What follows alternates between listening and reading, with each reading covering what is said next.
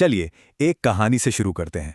सोचिए एक बैंक है और उसकी डेटा साइंस टीम ने एक जबरदस्त मशीन लर्निंग मॉडल बनाया है।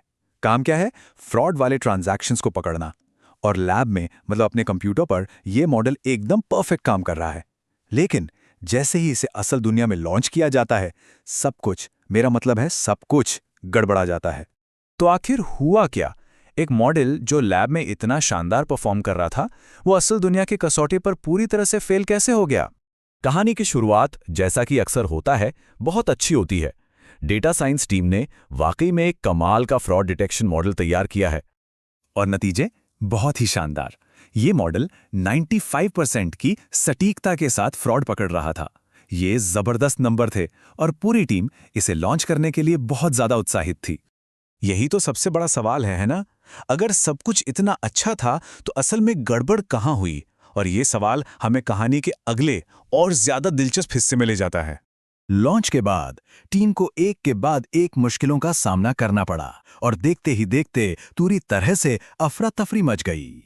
और समस्या की जड़ वो यही थी। देखिए, डेटा साइंटिस्ट ने मॉडल बनाया था अपने लैपटॉप पर पाइथन में, लेकिन बैंक के जो असली सर्वर थे वो तो जावा में चलते थे। अब ये कुछ ऐसा हो गया कि रेसिपी एक भाषा में लिखी हो और उसे पकाने की कोशिश किसी और भाषा में की जा रही हो, वो भी बिना किसी ट्रांसलेशन के। और परेशानियां यहीं खत्म नहीं हुई।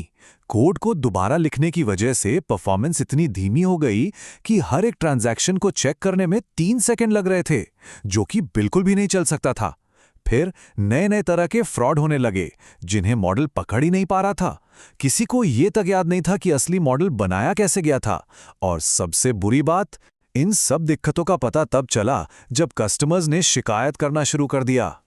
इस पूरी गड़बड़ी और कंफ्यूजन के बीच एंट्री होती है हमारी कहानी के हीरो की, MLOps। तो ये MLOps आखिर है क्या? देखिए, MLOps यानी मशीन लर्निंग ऑपरेशंस कुछ ऐसी प्रैक्टिसेस और टूल्स का सेट है जो ये पक्का करता है कि जो मॉडल लैब में बढ़िया काम करते हैं वो असल दुनिया में भी भरोसे के साथ काम करें। इसे समझने का एक और बहुत अच्छा तरीका है। सोचिए, एक बेहतरीन डेटा साइंटिस्ट एक शानदार शेफ की तरह है, लेकिन अगर उस शेफ को सैकड़ों लोगों के लिए खाना बनाना हो तो उसे सिर्फ एक अच्छी रेसिपी से ज्यादा की जरूरत होगी। उसे चाहिए होगी एक पूरी तरह से तैयार ऑर्गेनाइज्ड किचन। बस यही किचन है MLOps। तो सवाल यह है कि MLOps असल में उन सारी समस्याओं को ठीक कैसे करता है जिनका हमने सामना किया। चलिए एक एक करके समझते हैं। सबसे पहली और सबसे बड़ी दिक्कत थी एनवायरनमेंट की गड़बड़ी। जो चीज लैपटॉप पर चल रही थी वो बैंक के सर्वर पे नहीं चल रही थी। MLOps इसका हल निकालता है कंटेनर से, जैसे डॉकर। इन्हें ऐसे समझिए जैसे ये सील बंद डिब्बे हैं जिनके अंदर मॉडल और उसे चलाने के लिए जरूरी हर चीज पैक है। अब ये डिब्बा कहीं भी ले जाइए, किसी भी सिस्टम पर, यह बिल्कुल एक जैसा ही काम करेगा। कोई सरप्राइज नहीं, कोई गड़बड़ नहीं। हमारी दूसरी बड़ी समस्या थी स्पीड। एक ट्रांजैक्शन के लिए 3 सेकंड। रियल टाइम फ्रॉड पकड़ने के लिए यह बहुत ज्यादा धीमा था। MLOps इसे ऑटोमेटेड टेस्टिंग से ठीक करता है। मतलब मॉडल को असल सिस्टम में भेजने से पहले ही एक ऑटोमेटिक प्रोसेस, जिसे कंटिन्यूअस इंटीग्रेशन और कंटिन्यूअस डिलीवरी या CI/CD पाइपलाइन कहते हैं, वो परफॉर्मेंस टेस्ट चलाती है। ये पाइपलाइन पक्का करती है कि कोई भी नया कोड मौजूदा सिस्टम के साथ ठीक से काम करे। अगर मॉडल बहुत धीमा है तो टीम को ये बात पहले ही पता चल जाती है। फिर एक और दिक्कत थी, डेटा ड्रिफ्ट। धोखेबाज ज्यादा चालाक हो गए और हमारा मॉडल पीछे रह गया क्योंकि असल दुनिया का डेटा बदल चुका था। यहां MLOps का जवाब है लगातार मॉनिटरिंग। कुछ टूल्स लगातार आने वाले डेटा पर नजर रखते हैं और उसकी तुलना उस डेटा से करते हैं जिस पर मॉडल को ट्रेन किया गया था। अगर कुछ भी बड़ा बदलाव दिखता है तो सिस्टम टीम को अलर्ट कर देता है या फिर मॉडल को अपने आप ही दोबारा ट्रेन करना शुरू कर सकता है। तो ये सब एक साथ मिलकर कैसे काम करता है? ये एक बहुत ही बढ़िया ऑटोमेटेड प्रोसेस है।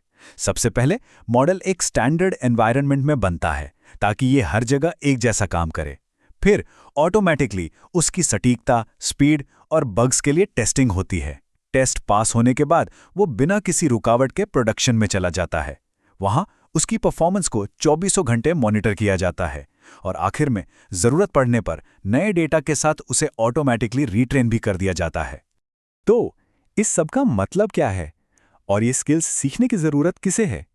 देखिए, ये सिर्फ किसी एक रोल की बात नहीं है।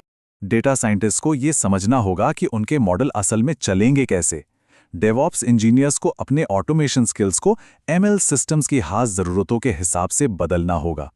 मैनेजर्स को इसकी जटिलता समझनी होगी ताकि वो सही से प्लानिंग और बजट बना सकें। और क्लाउड इंजीनियर्स को इसके लिए खास तरह का इंफ्रास्ट्रक्चर डिज़ाइन करना होगा। मशीन लर्निंग ये ट्रेडिशनल सॉफ्टवेयर जैसा बिल्कुल नहीं है। देखिए, एक ट्रेडिशनल सॉफ्टवेयर उस घर की तरह है जो एक फिक्स्ड ब्लूप्रिंट से बना है। जैसा डिज़ाइन किया गया है वैसा ही काम करता है, प्रेडिक्टेबल है। लेकिन एक एमएल सिस्टम, वो उस घर की तरह है जो नए डेटा के हिसाब से लगातार खुद को बदलता रहता है। इसके लिए एक बिल्कुल अलग सोच की ज़रूरत है। और आखिर में एमएलऑप्स का यही काम है। ये एक पुल है जो एक्सपेरिमेंटल आइडियाज़ को लेकर उन्हें ऐसे मजबूत, भरोसेमंद एआई सिस्टम्स में बदलता है जो असल दुनिया में टिक सके और काम कर सके। तो ये हमें एक आखिरी सवाल पर लाकर छोड़ता है। जैसे जैसे एआई हमारी दुनिया का एक बड़ा और अहम हिस्सा बनता जा रहा है, ये सवाल और भी ज़रूरी हो जाता है। और इसका जवाब उन लोगों में है जो एमएल ऑप्स जैसे सिद्धांतों को समझते हैं और लागू करते हैं।